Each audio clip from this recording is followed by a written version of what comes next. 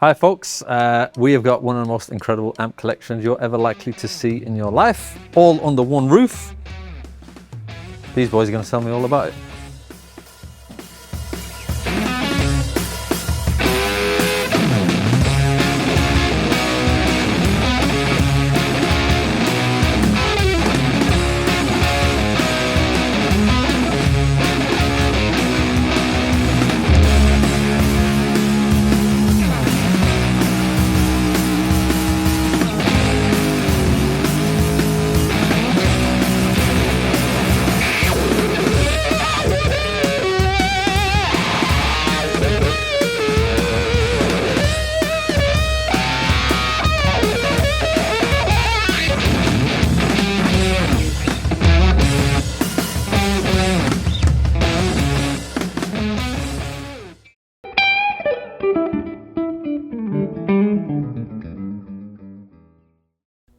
If you're looking at this, you're probably freaking out like we are. We've been freaking out for like a week because we got this unbelievable collection. A single collector has been scouring the entire planet for 40 years, around 40 years, he said. Just amassing all of these things, and now it's time for them to find new owners. And he entrusted us to represent this collection and find new happy owners of these incredible amplifiers. We buy collections, we consign collections, small, large. We travel everywhere to pick these things up and bring them back. I want to share a little bit of what this experience was like because it was very different from most other ones. All of this stuff was in this incredible cabin. It's a beautiful place up in the mountains in Colorado. Flew over there, got in a U-Haul, drove these winding gravel roads to get all the way up there. It was so tight that the last leg, the last switchback, we actually had to back the truck up a curvy mountainside. Wow. It was awesome. The way to get back up to the truck was, because this house was on a mountain, this stuff was in the basement, but the basement is at the ground level of the mountainside. So we had to walk out the back door and up a hill to where the U-Haul was parked. 2-3 cabs in, I'm like, wow, I'm winded.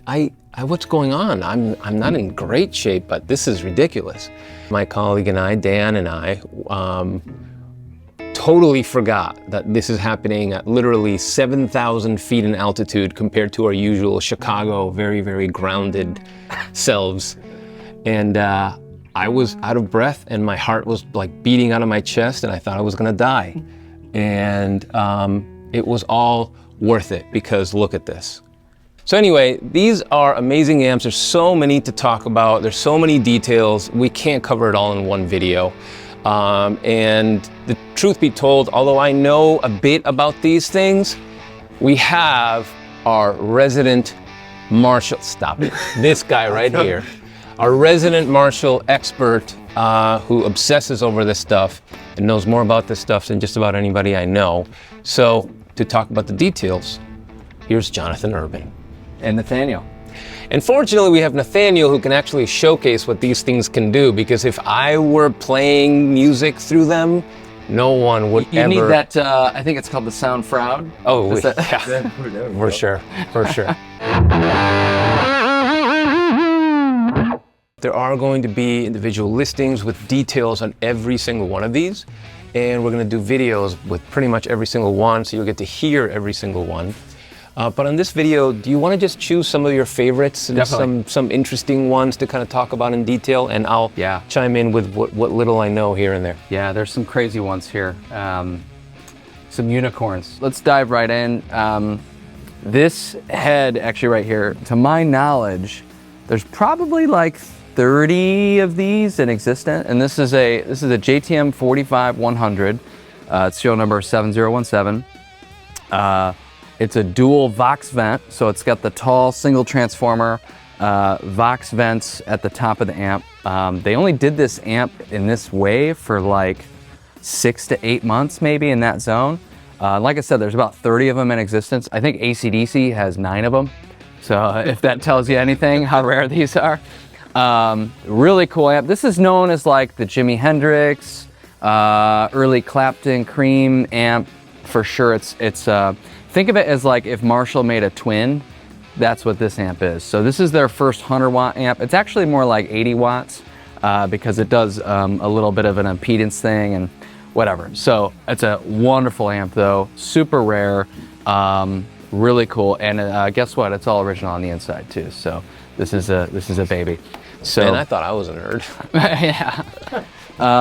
So the cabs, these are matching cabs from 66, 67. So we'll have the notes on all that, good business.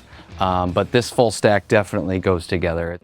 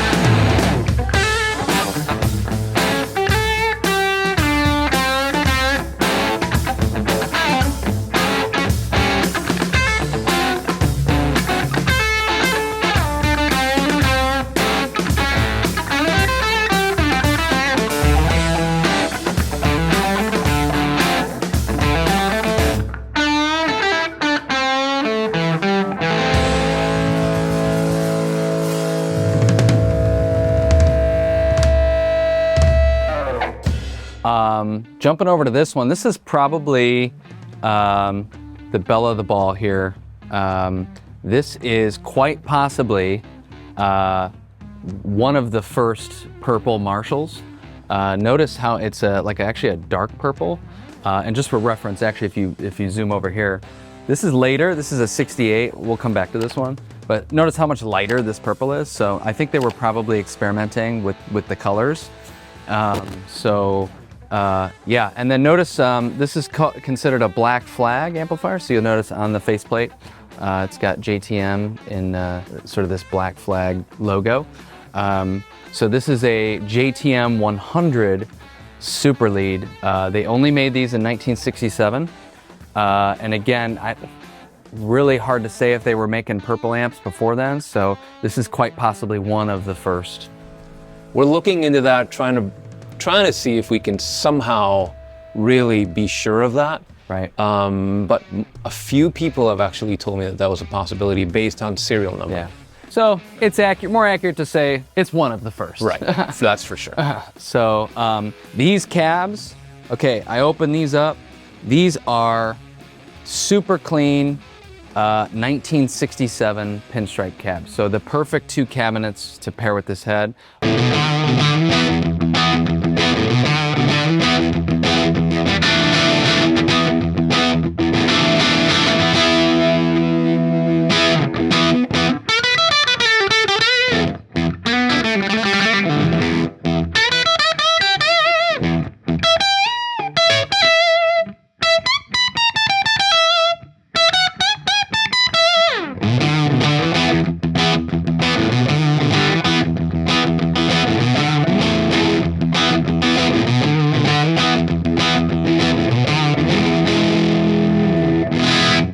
Over here, this is a 68 JMP Super Bass 100 watt head. 68s are kind of known as like, in terms of like gain and crunch, and like when people think of, you know, a super lead or super bass amplifier, 68 is kind of that year that, like, you know, it's associated with Van Halen and, you know, more like the Angus tone stuff with AC/DC. That's sort of this era of amplifiers. So this is a really cool, pretty much all original 68 head. Really fantastic. The cabs here, this actually is a 69 cab, and it's got all original bass cones in here. A little bit of a different flavor. You know who used bass cones was Paul Kossoff. Free. Huh. He's a big bass cone guy. So I think he used medium magnets, but anyway, these are heavy magnet bass cones. All There's original. heavy magnets and medium magnets and There's actually small magnet too, which is not in this collection. Really? But those sound kind of puny. Right. So this is all medium magnet and heavy magnet. This one's a 68, and this one has lead cones. So 68, 69, this is probably late 68, right? Because they stopped the pinstripe, mid 68, thereabouts. So that's why this whole stack's kind of paired together, because it all fits with. Just want to mention one thing, since you said that.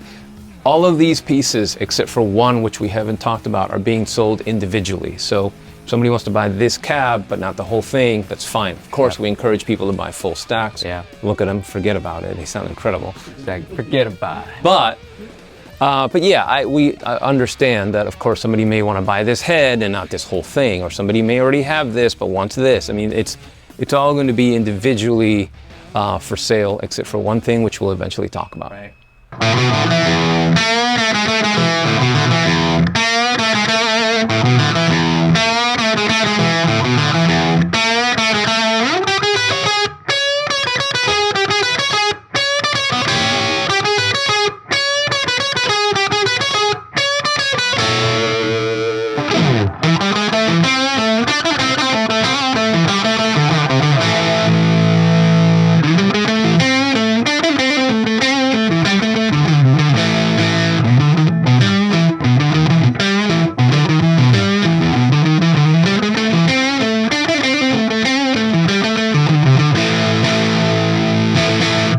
Really cool amp here. Talking about black flags, again, 67. This is a JTM 50. So couple changes from the JTM 45. This is the first amp, or one of the first amps where they switched to EL34s. They were doing those in JTM 45s for a little bit, but then obviously went to this logo. So this is actually a tube rectified JTM 50 black flag. That's the official kind of as it's known. So really cool amp. This allegedly was the amp that was on like Highway to Hell, Back in Black, Phil's About to Rock. Probably had tons of other records, but those are the ones that, you know, I know about. So Cut to Full Band Friday. yeah, exactly. Cut to Full Band Friday. Yep.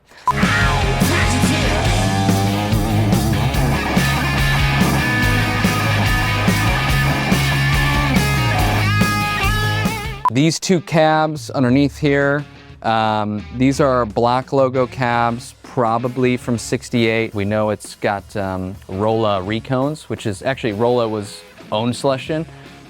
So it was a factory recone on these speakers, I believe in '67. So it's got like some later speakers in it.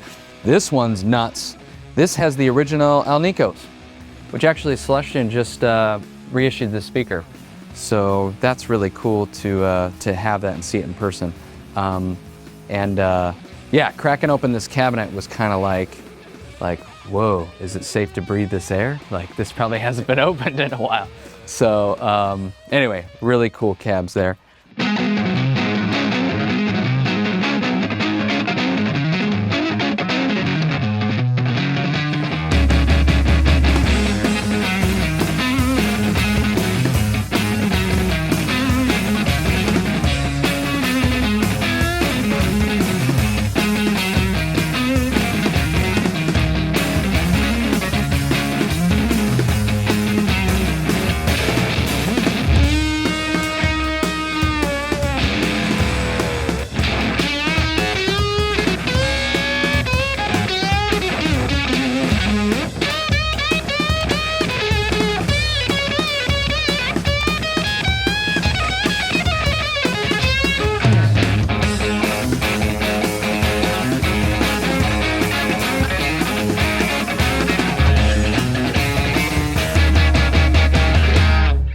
Couple of early block logos. This one's a little bit earlier.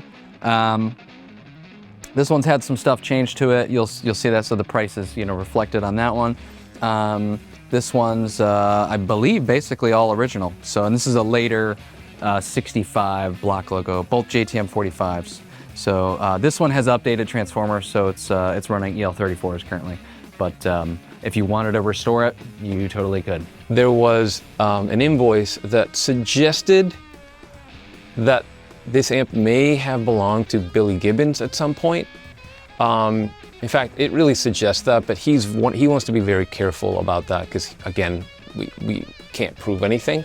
Yeah. But the point, the reason why I'm bringing that up is because the difference between those two amps is that the one on top was used a lot. It was probably toured, it was probably, so that's why it's been updated or upgraded or whatever. The modifications are there probably because it got used a lot, for sure. Okay, over here, some really cool stuff. This is a 68 50 watt lead, really cool amp. And then the one underneath it, this is a either 69 or 70, but it's a 2-switcher, these both are. So that's means it was UK, you know, it wasn't a US import amp. Anytime you see the 3 switches, that's a US import. 2-switchers have a laydown transformer. So in terms of, they say sound or collectability and value for sure, you definitely want the 2-switcher. So that's what these are. This cabinet's all original. This one also has bass cones from 1971, and that's consistent with, you know, mid-70s. They started using the checker cloth, you know, 71 for sure. So that's what's going on here.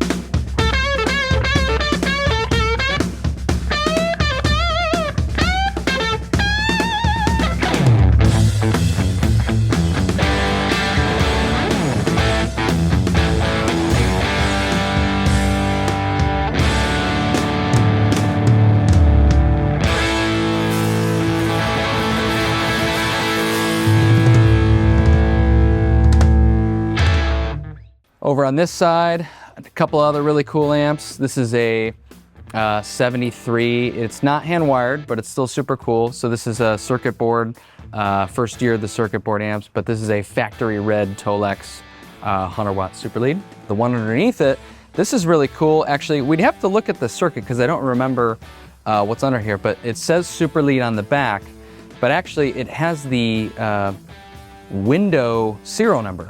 So that may suggest, again, we'd have to look at the circuit, it may suggest that actually it has a black flag circuit similar to the purple one, but we'd have to crack it open to know for sure. Because this is a late 67, so by that era, they had done away with the black flag that you saw on the other 100 watt, and that's what's going on here. So really cool amp, sounds awesome. Probably my third favorite amp in the whole collection.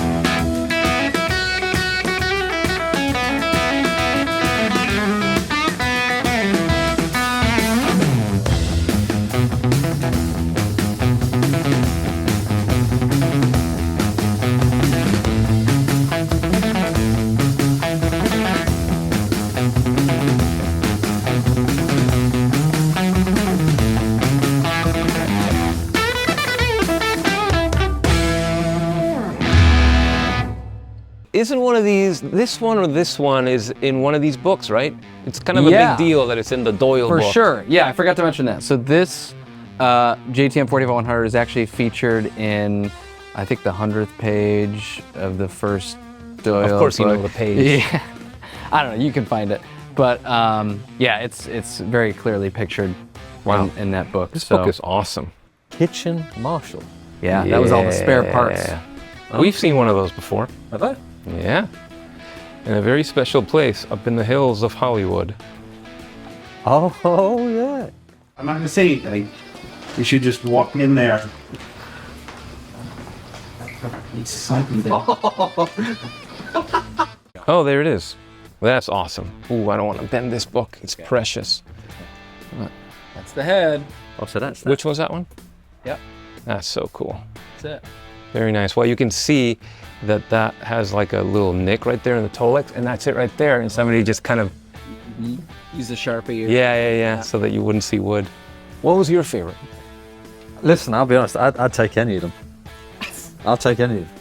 But if I had to choose, it'd be any three of these. Maybe the one in the middle.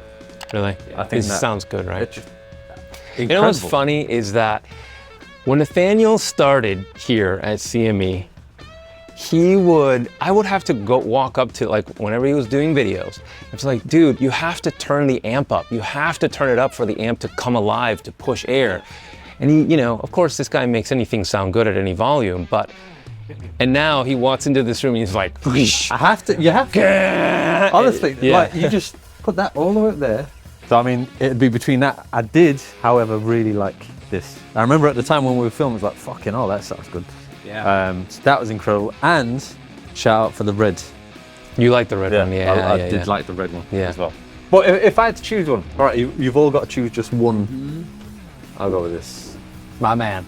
Yes. How about you? My man. It's Oh, same. ridiculous how Same. good it is. That full stack is ridiculous. So for me, if I had to choose one, and I'm not just doing this because we haven't talked about it, but we should talk about this amp a little bit. The only one that we're selling as a set is this Hiwatt right here, this head and this cab. And if you look on the side here, you can see why this is important. This was Ron Wood's amp in Small Faces. It's a documented amp that has been written about in magazines. There's a great article on it in Vintage Guitar Magazine. I can't remember when it came out, but we'll link to that if we can. But this amp sounds amazing. It truly is awesome. Original Fane speakers on the cabinet. This has a half power switch in the back that was apparently put there because the band requested it. But it just sounds glorious. It sounds awesome.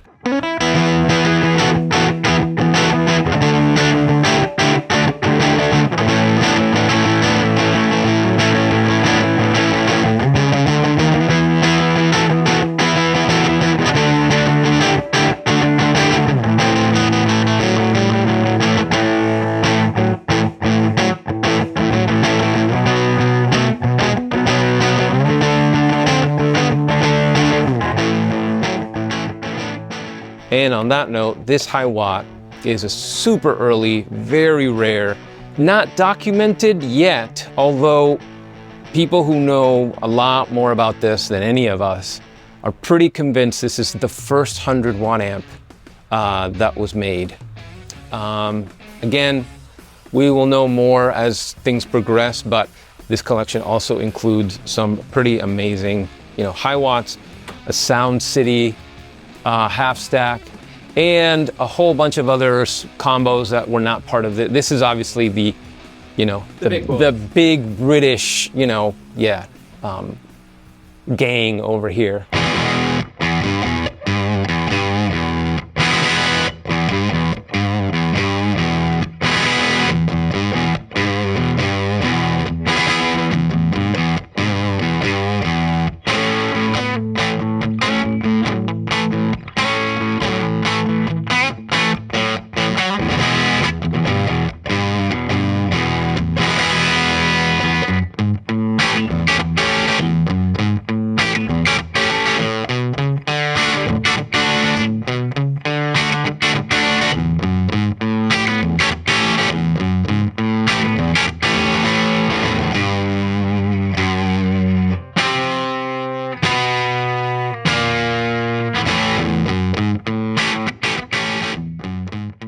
So, a huge honor to be playing through amps like these, amps you kind of only dream of as a kid, really. And thanks to both of these guys for giving me all the information about them. Come get them. They're going to be selling pretty quick. And if you have a collection for sale, let me know. And I got to give a shout out to my pal Greg Germino.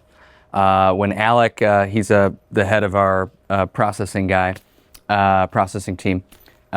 When we were going through all these cabs, I think I had Greg on FaceTime speed dial like 12 times. Hey, there's one more thing I wanted to mention too on this Purple 100 watt. Let's get out of the way. So I mentioned again my buddy Greg. Thank you again, Greg, for all the support you've given us on identifying this stuff. Funny thing, I was actually talking with Greg the other night. He goes, yeah, I definitely worked on that amp a few years back. It has my brand type bias supply caps, cathode bypass cap, and indicator lamp. So basically, this amp, in other words, has been serviced by Greg. It sounds like it's been serviced by Greg. That's probably why it sounds, you know, the best of the bunch. So any like artist or player that's looking to go right into the studio with this thing, or if you want to take it out on a tour, I think it's road ready. So, because it's ready to rock. So Very cool.